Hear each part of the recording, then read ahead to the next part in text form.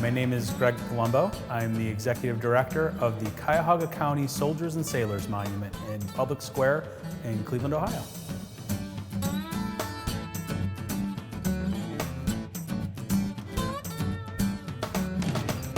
We were dedicated July 4th, 1894, almost 30 years after the Civil War. We are a monument to Civil War veterans.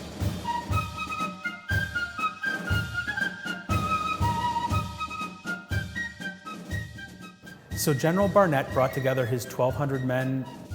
He was the highest ranking military official from Cuyahoga County to have a meeting of veterans. And that meeting of veterans decided in 1879 that they were going to build a monument.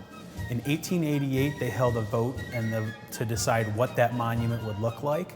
And they had a 50-50 split because there were two styles of monument: the memorial room, which is where we're standing now, or the statues around the outside of a tower, and on that top of that tower is a statue.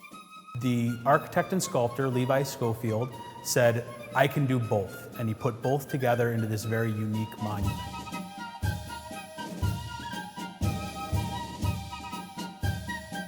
That monument took several years to make. The sculptures started in 1888.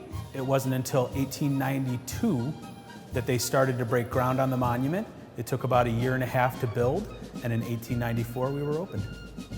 Outside the monument we have the 4 different branches of the military represented, and as they go around they get more violent, showing the progression of the war. At the beginning we see the Navy in practice. They're practicing shooting mortars. And we have the Navy, the artillery, the infantry, and the cavalry. At the top of the shaft is a 17-foot tall figure of freedom. She's the goddess of freedom, and she's being guarded by a shield of liberty, and her sword is in a defensive stance, ready to defend our freedoms.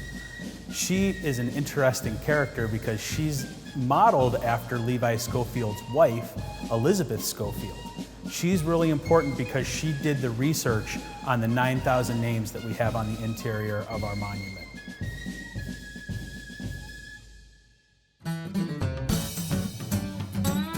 We have a lot of visitors that come in and talk about their family member that's on the wall. We actually had a group in just recently of a family reunion. These members had never actually met before.